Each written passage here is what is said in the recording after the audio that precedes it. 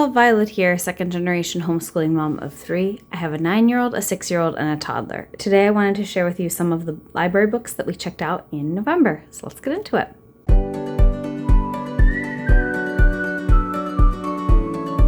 So this first book is part of a series. It's called Vamos, Let's Go Read, and there are several other books in this series. And unfortunately, our library does not have any of the other ones. But this is a bilingual book, so it's mostly in English, but there's a lot of Spanish vocabulary peppered through here. And my kids really liked the style of this and the story. They thought it was funny. This one's also one of those wonder books that will read it to you. And so that was nice because then they could listen to the Spanish pronunciation as well. I wish our library had more in this series. This next book is called This Is My Brain, a book on neurodiversity. And so this is all about all the ways that people's brains can be different. And it's specifically like some people's brains are faster, some people's brains are slower. It doesn't talk about this is ADHD, this is autism. It's more about these are all the different ways that people can think differently. And here are some things we can do if we're feeling upset or we're having trouble with our brains. So this is a cute book. This next book is called All You Can Be with ADHD.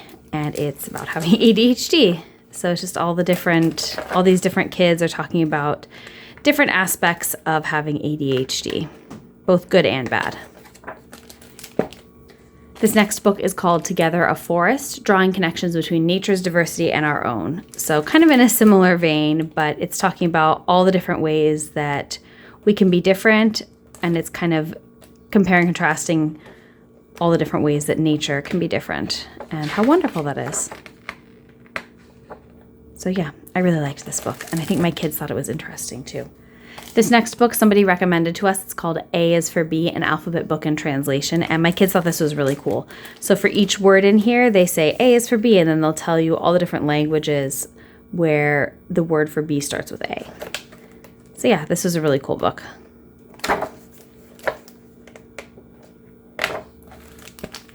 These next two books are both about germs, good germs and bad germs, and then this one's just called Germs. I really like checking out books about germs in the winter when I'm constantly reminding my kids to wash their hands and sneeze into their elbows and things like that. So this one's fine. Like, this book is nothing special. I thought this one was cool. So this just talks about all the different ways we can get sick and all the different things we can do to protect ourselves. And it was just a little bit more engaging than that other book, which was very kind of cut and dry.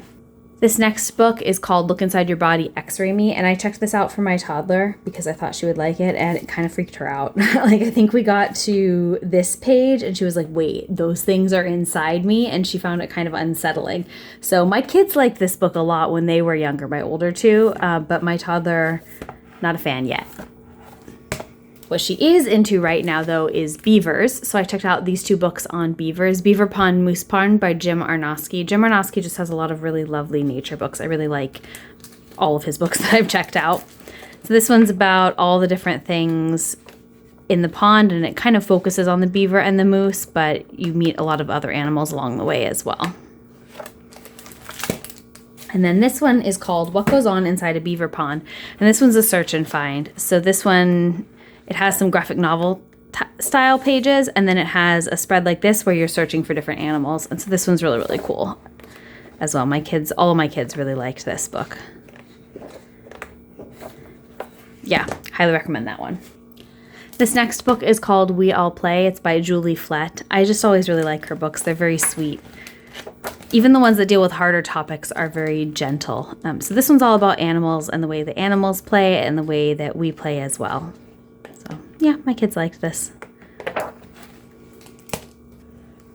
This next book is called We're Not Weird, Structure and Function in the Animal Kingdom. And this one's all about how things that seem odd about these animals are actually adaptations that help them survive. So yeah, my kids like this book a lot too.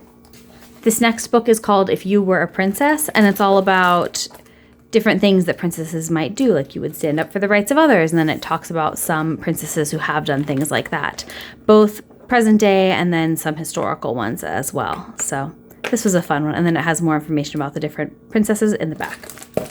So for my son's books, he checked out this Miriam's Magical Creature Files, The Discovery of Dragons, and he liked this fine. I don't think he's going to be investigating any of the other books in this series, but he did read this.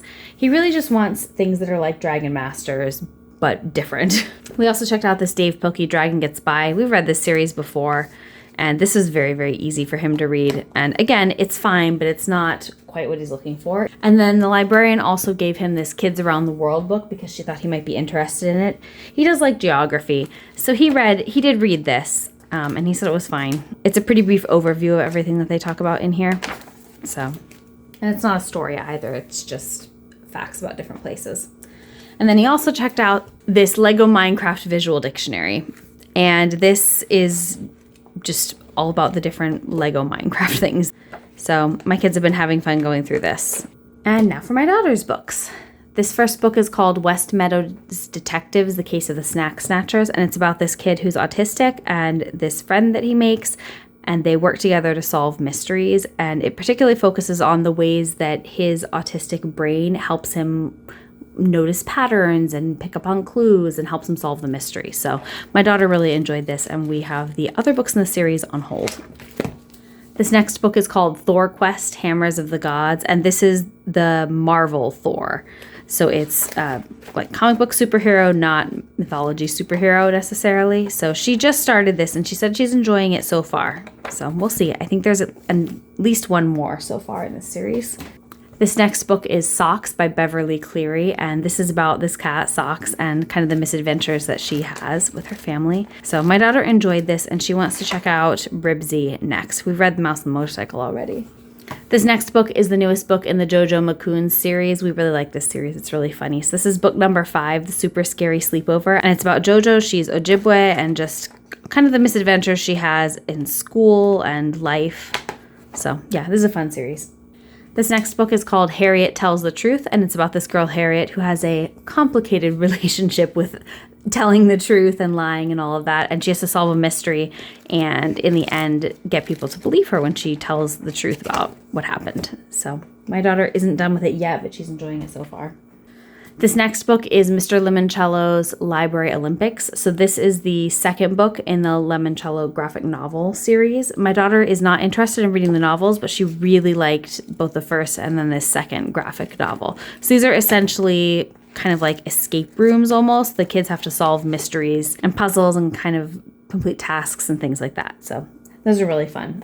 I'm going to suggest that we do the novel versions of Limoncello's library as read alouds later on in the year once we've gotten through some of the other things we have on our read aloud list. Okay, the next book my daughter checked out is this America's Test Kitchen Complete DIY Cookbook for Young Chefs.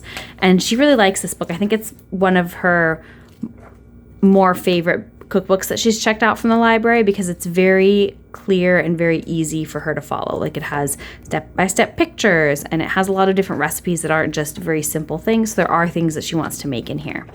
So yeah, she made one recipe on her own and it went well, and then she's got a few more picked out to make.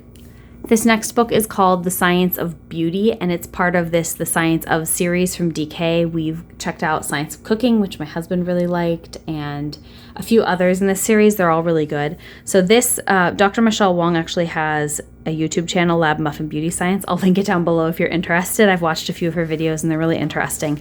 But this is all about the science behind beauty products, self-care, skincare, beauty tips, and just all of that. Very rooted in science though. So my daughter didn't read this cover to cover, but she went through and read the topics that she was interested in, and yeah, this is a really good book. This next book is called Mysteries of the Human Body, Weird and Wonderful Anatomy Explained. And this is posed as a series of questions like, why do I get wrinkly when I'm wet? And just things that my kids have definitely asked me before. So we had a lot of fun going through this together. This next book is called The Gland Factory, a tour of your body's goops, juices, and hormones. And I feel like some of these systems really get left out in regular studies of the human body. Human body theater did cover them a bit, but going more in depth is certainly not a bad thing. So this is really cute. My daughter read this to herself, but this whole kind of factory setup was a fun way to learn about this. So I liked this one as well. This book is called Weird and Wonderful Ways to Save the Planet, and it's all about different kind of funky sounding scientific advances that maybe will help us preserve and save the environment. So this is a really cool book. My daughter's really interested in this kind of stuff. And yeah, this was just really fun.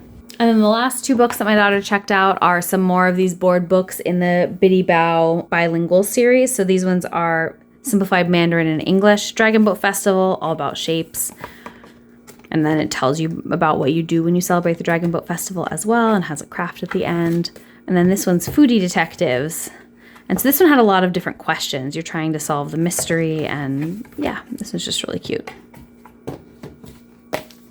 I really like those Biddy Bow board books. And my daughter really likes checking them out because she can read everything in them. This next book I checked out to see if it was going to be useful for my daughter as we start to move into doing some kind of more morphology focused work instead of spelling. So this is called Where Words Come From. It's part of the DK Super series. And while I do like this book, I think it's going to end up being a bit too simplistic for what we want. And I was looking online and it's recommended for grades 3 through 5. And she's in 4th grade, so she is in the middle of that, but I don't know. I just don't see this book having the longevity that I would want a reference book like this to have. I would rather get something a little bit more complicated and help her use it now than get something like this that she's going to outgrow really quickly. That being said, I did really like the way this book was set up. I thought it was very clear and straightforward. The one thing I don't like about how it's set up is that in each of the sections for the prefixes, they have them organized according to what they do. So like all the negative prefixes are first, and then it's all the relating to time prefixes. So you kind of already have to know what the prefixes mean in order to be able to find them in here. I wish they had just had all the prefixes in alphabetical order. That would make it a lot more useful as a reference book because there's no index. Like you really just do have to kind of hunt for what you're looking for. But yeah, I don't think we're going to be purchasing this. All right. The rest of the books that I have are from our fish tank units. My daughter just finished up the fish tank unit on the American Revolution. That was a really good unit. It was examining the American Revolution from a more traditional perspective. So they had a picture book that told sort of the regular story that you hear, and then it pulls in a bunch of different resources to examine the American Revolution from a bunch of different perspectives. And so this Black Heroes of the American Revolution is one of the last books that she's read. But yeah, this is a really interesting unit, kind of diving into all the different perspectives around the American Revolution and who it was good for and who it was maybe less good for. So we finished that up recently, and then my daughter has just started the Heart and Soul unit, which is the history of African Americans, and it's mostly pulling from this book, Heart and Soul. So you read all the way through this book, which if you haven't seen this book, it's gorgeous and it's very detailed. And it has a really nice narrative voice as well. So she just started this book, but she really liked the sections that she's read so far.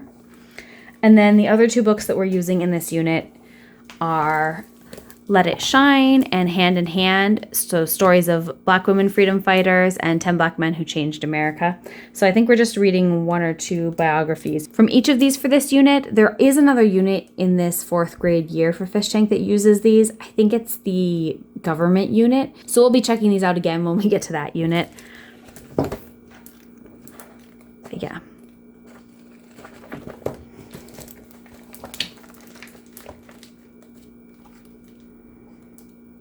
So that's what those look like. And then for my son, we're in the middle of the Love Makes a Family unit. I've returned some of the books already, but here's some of the books for it. This is Solway. This is about this girl who wishes that her skin was lighter than it is, and she kind of comes to accept her beauty. So this is about colorism. This next book is called The Proudest Blue, and our library's edition of it is the Braille edition, which I think will be cool to show my kids. We've checked out a couple of books before that have ended up being the Braille edition. So this book is about this girl who it's her older sister's first day to wear a hijab, and it talks about kind of how some people react negatively to that, but to her and her family it represents a lot of positive things. So yeah.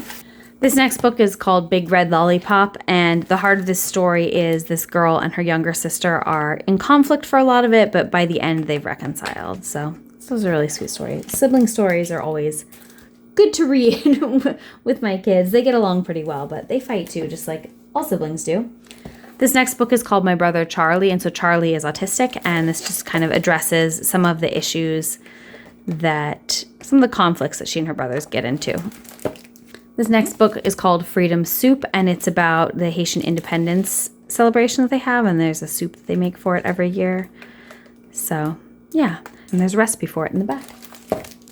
This next book is called I Love Saturdays y Domingos. And so this is a girl who has one set of English-speaking grandparents and then one set of Spanish-speaking grandparents. And she appreciates things about both of them. So she's talking about all the different things that she does with both sets of grandparents. This book is called Mango, Abuela and Me.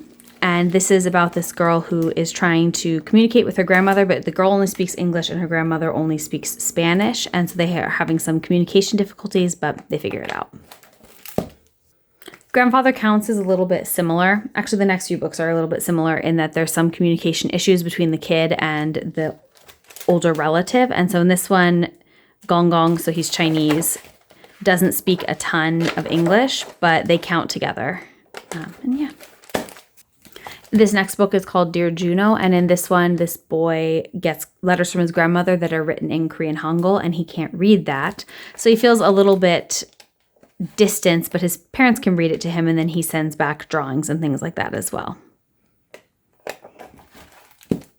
This next book is called Oji-chan's Gift, and there's no communication issues in this one. She just goes to Japan every year and helps him tend his garden. And then when he gets too old to do it for himself, she starts to do it herself, and she finds it very meditative, which is what the point of those gardens is. So yeah, this is a really sweet book. This next book is called Jingle Dancer, and this girl's trying to get all the jingles she needs for her dress so that she can dance at the powwow. And so she goes around to all of her friends and relatives, all the people in her community for help. This book is called Visiting Day, and so this girl is going to the prison that her dad is at to visit him, and her grandmother's taking her. She's really excited, and so it kind of follows her whole journey there and then a little bit back. And then this last book is called Last Stop on Market Street. So it's this boy and his grandmother who have to take the bus everywhere. They don't have a car or anything like that. And his grandmother turns it into this grand adventure. He's kind of bummed about having to take the bus at the beginning, but they see and experience and notice a lot of things. They go to the soup kitchen for food, and yeah, it's a really good one too. All right, that's all I have for today. Those are some of the books that we checked out in November. I hope you found this helpful. I would love to hear from you in the comments down below if you've checked out something recently that you've really enjoyed.